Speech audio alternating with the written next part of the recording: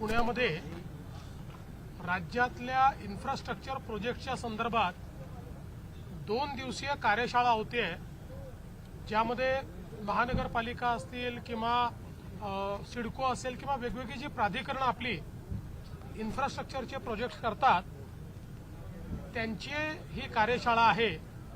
या कार्यशाळेमध्ये इन्फ्रास्ट्रक्चर प्रोजेक्ट्समध्ये काय अडचणी येतात त्या कशा दूर केल्या पाहिजेत, त्याचं प्लॅनिंग कसं केलं पाहिजे, टेंडरिंग कसं केलं पाहिजे, करारनामा कसा केला पाहिजे, एक्झिक्युशन कसं केलं पाहिजे, वेगवेगळ्या एजन्सीज किंवा रेग्युलेटरी एजन्सीज असतात त्यांच्याशी कोऑर्डिनेशन कसं केलं पाहिजे, जेणेकरून इन्फ्रास्ट्रक्चर प्रोजेक्टमध्ये कमीत कमी वेळामध्ये आपल्याला ते काम पूर्ण करता येईल या संदर्भातले प्रशिक्षण आहे। आज जवळपास आमच्या वॉर रूमच्या माध्यमातून ज्या प्रोजेक्ट्सचं आम्ही मॉनिटरिंग करतोय ते 9 लाख कोटी रुपयाचे प्रोजेक्ट्स आहेत। त्यामुळे अशा प्रकारे सगळे प्रोजेक्ट हे जर कोऑर्डिनेशननी केले तर वेगाने आपले इन्फ्रास्ट्रक्चर प्रोजेक्ट पूर्ण होऊ शकतील।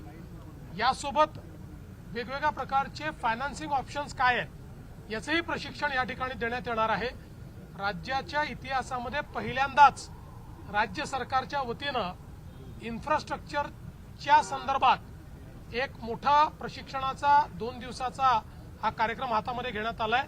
यातनं पुढच्या काळामध्ये पायाभूत सेवा प्रकल्प जे आहेत त्याला चालना देण्याकरता आपल्याला मोठा फायदा होईल।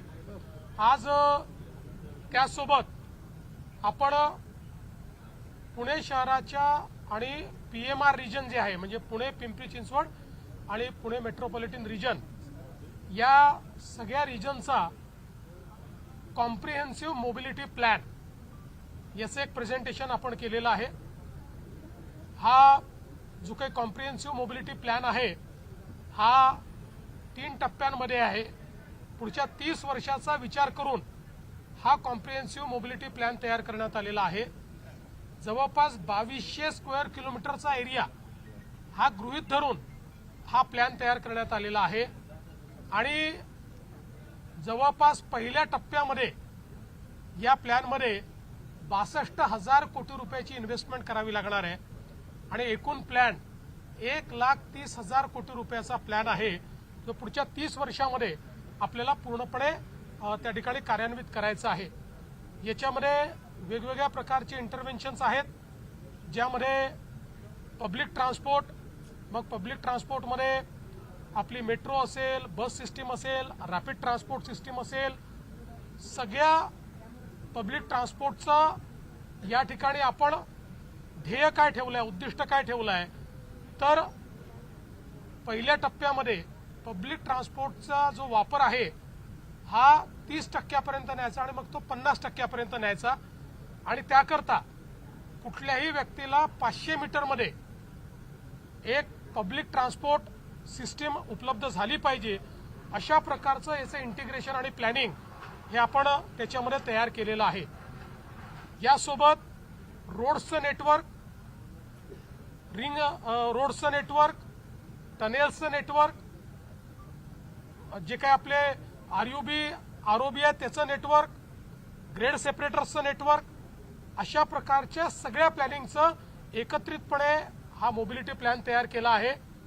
या मोबिलिटी प्लॅनमध्ये वेगवेगळ्या स्टेक होल्डरचं काय काम आहे, PMCनी काय करायचं, PCMCनी काय करायचं, PMRDAनी काय करायचं, राज्य सरकारने काय करायचं या संदर्भातलं देखील रोल्स अँड रिस्पॉन्सिबिलिटीज ठरलेले आहेत आणि यापुढे कुठलंही इंटरव्हेन्शन कोणीही केलं तरी ते या मोबिलिटी प्लॅनची सुसंगतच त्यांना करावं लागेल अशा प्रकारचा प्रयत्न आपण केलाय।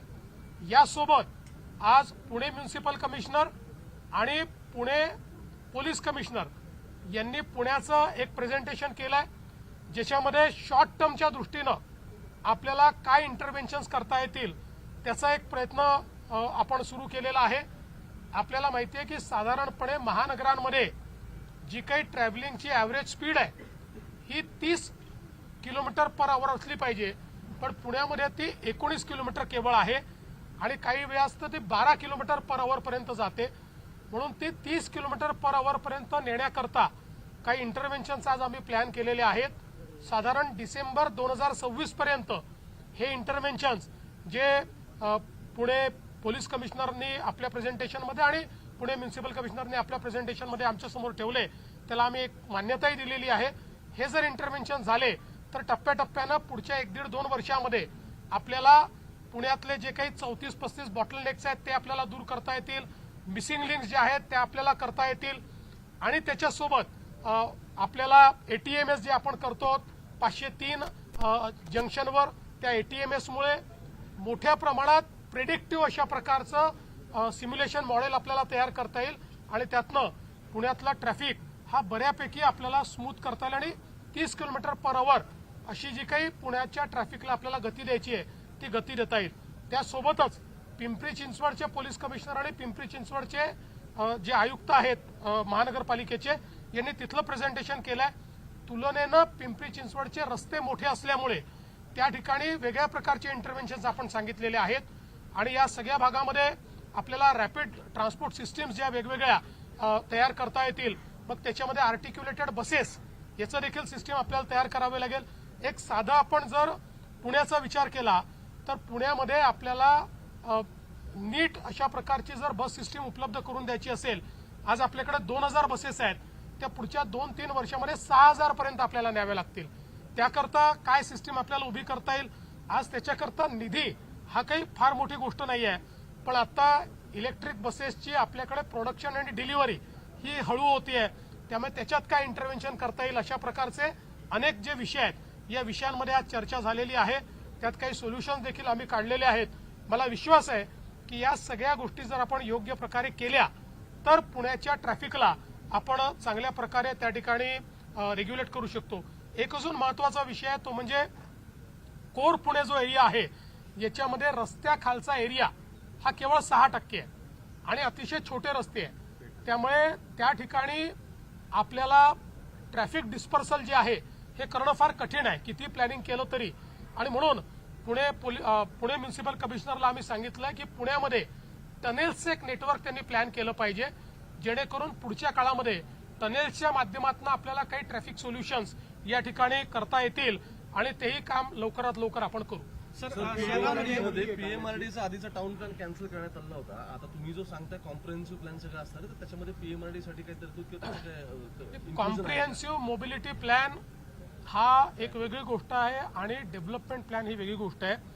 डेव्हलपमेंट प्लॅन आपण रद्द केलेला आहे, पण लगेच आपण नोटिफिकेशन काढून आपण पीएमआरडीएच्या क्षेत्रामध्ये असं ठरवलं होतं की आता नवीन पद्धती आहे, ज्या पद्धतीमध्ये सरकार पूर्ण डेव्हलपमेंट प्लॅन तयार करत नाही, सरकार रोड नेटवर्क तयार करतं आणि मग प्रत्येकाला टीपी स्कीम घेऊन यावी लागते आणि टीपीच्या माध्यमातून त्या ठिकाणी अतिशय प्लॅन पद्धतीनं डेव्हलपमेंट होतं. तशा पद्धतीनं आपण त्याच्यामध्ये पुढे जाणार आहोत. लवकरच या संदर्भातलं नोटिफिकेशन काढून आम्ही रोड नेटवर्क करता त्या ठिकाणी जी काय आपली एजन्सी आहे त्या एजन्सीला अपॉइंट करणार आहोत. सर, भाजपने आज ट्विट केलंय, काल राहुल गांधींकडे गेल्यानंतर उद्धव ठाकरेंना बऱ्यापैकी मागे बसवण्यात आलेलं होतं, त्याच्यावर 5व्या रांगेत बसवण्यात आलेलं होतं आणि त्याच्यावर भाजपने सुद्धा जोरदार टीका केली आहे. तुम्हाला काय वाटतं उद्धव ठाकरेंना तिथे बसवणं अर्थात भाजप आहे की आता आमच्याकडे तर ते नेहमी पहिल्या रांगेत राहिले, आमच्याकडे आमच्यापेक्षाही पहिले ते राहिले. त्याच्यामुळे आता तिथे काय त्यांचा मान सन्मान आहे तो आपल्याला लक्षातच आलेला आहे. भाषणामध्ये खूप म्हणायचं की दिल्ली समोर मान झुकणार नाही, दिल्ली समोर आम्ही काय पायघड्या टाकणार नाही. पण आता दिल्लीत काय परिस्थिती आहे आणि ते सत्तेत नसताना काय परिस्थिती आहे हे बघितल्यानंतर थोडी दुःख होतं. पण ठीक आहे. राहुल गांधींनी जी पत्रकार परिषद घेतली, राहुल गांधी असं म्हटले की केंद्रीय निवडणूक आयोग डिजिटल वोटर लिस्ट का देत नाही आणि त्या प्रेझेंटेशनला उद्धव ठाकरे उपस्थित होते. ते सगळं स्लाइड शो बघत होते की राहुल गांधी सांगतात की महाराष्ट्रामध्ये कसा मतांची चोरी झालेली आहे, मतांचा घोटाळा. मला असं वाटतं की अलीकडच्या काळामध्ये राहुल गांधी यांनी सलीम जावेद यांच्याशी संपर्क साधून त्यांच्याकडनं एक स्क्रिप्ट लिहून घेतलेली आहे. अतिशय मनोरंजनात्मक अशा प्रकारची स्क्रिप्ट आहे, ती सगळीकडे ते मांडताहेत. याच्याने मनोरंजनापलीकडे काहीच होत नाही. एकही गोष्ट त्यांच्याकडे फॅक्च्युअल नाही, सगळ्या गोष्टी कपोकल्पित त्या ठिकाणी ते मांडता आहेत. आणि सगळ्यात महत्वाचं ते एकीकडे म्हणतात की वोटर लिस्ट मध्ये प्रॉब्लेम आहे आम्हालाही मान्य आहे, आम्ही तर इतक्या वर्ष झाले सांगतोय. आमची मागणी होती की कॉम्प्रिहेन्सिव्ह रिव्हिजन करा. आता इलेक्शन कमिशन म्हणते आम्ही कॉम्प्रिहेन्सिव्ह रिव्हिजन करायला तयार आहोत, आणि बिहारमध्ये त्यांनी सुरू केलं तर राहुल गांधी म्हणतात कॉम्प्रिहेन्सिव्ह रिव्हिजन करू नका. मग त्यांना नेमकं हवं काय आहे? त्यामुळे त्यांना कॉम्प्रिहेन्सिव्ह रिव्हिजनही माहिती नाहीये आणि वोटर लिस्टमधले प्रॉब्लेमही माहिती नाहीये. त्यांना केवळ आपल्या हारण्याकरता काही ना काही कारण शोधून काढायचं आहे. ते कारण त्यांनी शोधून काढलेलं. माधुरी आशिनी संदर्भातला प्रश्न आहे. आज मुंबईमध्ये बैठक होणार होती, ती बैठक रद्द करण्यात आलेली आहे. पेटा इंडियाने एक निवेदन काढलेलं आहे, ज्याच्यात ते म्हणतात की जी हत्तीने आहे ती तिथंच आता जिथं आहे तिथं सुरक्षित आहेत. सरकारने पण याबद्दलचा सकारात्मक विचार करावा आणि तिला तिथं ठेवा, तिथं सुरक्षित आहे. पहिली गोष्ट, कुठली बैठक होणार होती मला माहित नाही. आमच्या स्तरावर कुठलीही बैठक नव्हती. दुसरं, पेटाने एवढंच बघितलं पाहिजे की ती हत्तीण सुरक्षित आहे की नाही. जर त्या सगळ्या व्यवस्था सुरक्षिततेच्या आम्ही कोल्हापूरला करतो, तर पेटाने हा आग्रह करणं की याला इथेच ठेवा, हे काही त्यांचं काम नाही आहे. त्यांनी आम्हाला ते शिकवू नये. तर काल राज्य महिला आयोगाने खडसे प्रकरणात एसआयटीची मागणी केली. ते व्हिडिओ बाहेर आले खडसेंच्या जावयाचे, ते सगळे पोलीस चौकशीमध्ये एसआयटी स्थापन होणार का त्याच्यात? अजून माझ्यापर्यंत ती मागणी आलेली नाही. मुळामध्ये या संदर्भात पोलिसांनी जी काही से कोर्टामध्ये दाखल केला होता, त्या सेमध्ये पोलिसांनी या प्रकरणाच्या संदर्भात काही अशा प्रकारचे व्हिडिओज आहेत, त्याच्यामध्ये काही अश्लीलता आहे, काही महिला आहेत, आणि त्यामुळे याची चौकशी करण्याची आवश्यकता आहे, अशा प्रकारचा से सादर केला होता. आता त्या संदर्भात पोलीसच निर्णय करतील. त्या सगळ्या पुराव्यांच्या आधारावर पुढचं इंटरव्हेन्शन काय केलं पाहिजे त्याच्यावर पोलीस योग्य ती कारवाई करतील. आजच्या बैठकीवरती प्रश्न आहे. महापालिका करण्यासंदर्भामध्ये आज सकाळी अजितदादा सुद्धा बोलले. खरंच काही प्रस्ताव विचाराधीन आहेत 3 का? महानगरपालिका म्हणजे 2 ऑलरेडी आहेत आणि 1 अजून करा असं ते 3 म्हणताय. अजून 3 नाही, 2 ऑलरेडी आहेत, पुणे आणि पिंपरी चिंचवड, आणि अजून 1 करा, असं बऱ्याच दिवसापासून ही चर्चा चाललेली आहे. आता तरी PMRDA केल्यामुळे कदाचित त्याची लगेच निकड आहे का याचा विचार आपल्याला करावा लागेल. पण भविष्यात ज्या प्रकारचं अर्बनायझेशन पुण्यामध्ये होत आहे, भविष्यात कधीतरी हा विचार आपल्याला करावाच लागेल. सर, आजच्या बैठकी संदर्भातला प्रश्न आहे, पुणेकरांना वाहतूक कोंडीपासून नक्की कधी या सगळ्यातून सुटका? असं आहे की मी आपल्याला मेट्रोला सर परवानगी मिळाली पण त्याची कामं होत नाहीत. बरेच दिवस अरे बाबा, सगळी कामं चाललेली आहेत. मेट्रोला परवानगी आता जी मिळाली ती मिळून किती दिवस झाले? इतक्या लवकर त्याचं टेंडर होईल आता, मग त्याची कामं चालू होतील. मी तुम्हाला एक सांगतो की नागपूर, मुंबई आणि पुणे हे 3 मेट्रो जर आपण बघितल्या, देशामध्ये फास्टेस्ट झालेल्या मेट्रो आहेत. देशामध्ये इतक्या फास्ट कुठल्याच मेट्रो झालेल्या नाहीत. त्यामुळे मला असं वाटतं की थोडा पेशन्स आपल्याला ठेवावा लागेल. आणि तुम्ही जो प्रश्न विचारला, मी जसं सांगितलं की टप्प्याटप्प्याने होणार आहे. पण प्रयत्न काय आहे, म्हणजे एक त्याला बेंचमार्क. तर बेंचमार्क काय, तर आज 12 किंवा 19 जे काही आपला जो रेट आहे, म्हणजे याचा किलोमीटरचा स्पीडचा पर अवरचा, तो 30 पर्यंत आणणं, म्हणजे 30 हे ग्लोबल बेंचमार्क आहे. हे आणण्याकरता आपला प्रयत्न आहे की 26 डिसेंबर पर्यंत तो यावा. त्यामुळे बऱ्याच वेगाने काम करायचा प्रयत्न आहे. गणेश उत्सवाला तुम्ही राज्यस्तरीय दरा दिला, परंतु आता जर आपण बघितलं तर आगमना अगोदरच विसर्जनाची या ठिकाणी गोंधळ व्हायला मिळतो. असं आहे की पुणे म्हटल्यानंतर या ठिकाणी चर्चा, वाद विवाद या सगळ्या गोष्टी होतातच. पण काळजी करू नका, या संदर्भात आमचे हेमंत रासने आणि मुरलीधर मोहोळ हे स्वतः बैठकही घेणार आहेत आणि सगळे मंडळ एकत्रितपणे निर्णय करतील. दरवर्षी काही ना काही वाद निर्माण होतो, सगळे मिळून तो वाद मिटवतात. हो, तुम्हाला एक सांगू का, विनाकारण इंटरव्हेन्शनची काय गरज आहे?